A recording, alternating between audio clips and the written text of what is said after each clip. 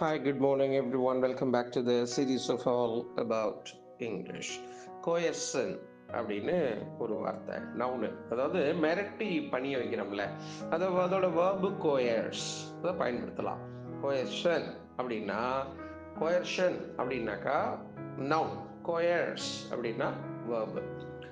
மிரட்டி பணிய வச்சு ஒரு காரியத்தை அவங்களையே மிரட்டி அவங்களே அதை ஒத்துக்க வச்சு அந்த காரியத்தை நம்ம சாதிக்கிறோம்ல, அந்த மாதிரி ஒரு செயலுக்கு coercionனு சொல்லலாம்.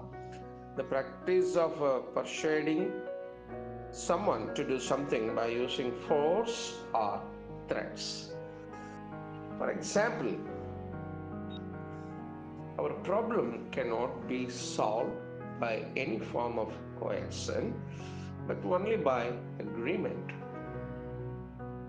சமாதானத்தில் தான், ஒத்திசைவில் தான் ஒரு காரியத்தை நாம் முடிக்கணுமே ஒழிய ஒருத்தரை மிரட்டி நாம் பணிய வச்சு அந்த காரியத்தை நாம் சால்வ் பண்ண முடியாது. பிரச்சனை இல்லாமல் அதை தீர்க்க முடியாது. ஒரு விஷயத்தை நாம் மிரட்டி பணிய வைத்து தீர்க்க முடியாது. அக்ரிமெண்ட்ல தான், மியூச்சுவல் கான்சென்ட்ல தான், ஒத்திசைவில் தான், ஒருவருக்கு ஒருவர் ஒத்துக்கொள்ளுகிற இடத்துல தான், அந்த மாதிரி பாணியில தான் அதை தீர்க்க முடியுமே ஒழிய மிரட்டி பணிய வைத்தல் என்பது சரியா வராது அப்படின்னு இங்க சொல்றாங்க. A problem can't be solved by any form of coercion, but only by agreement.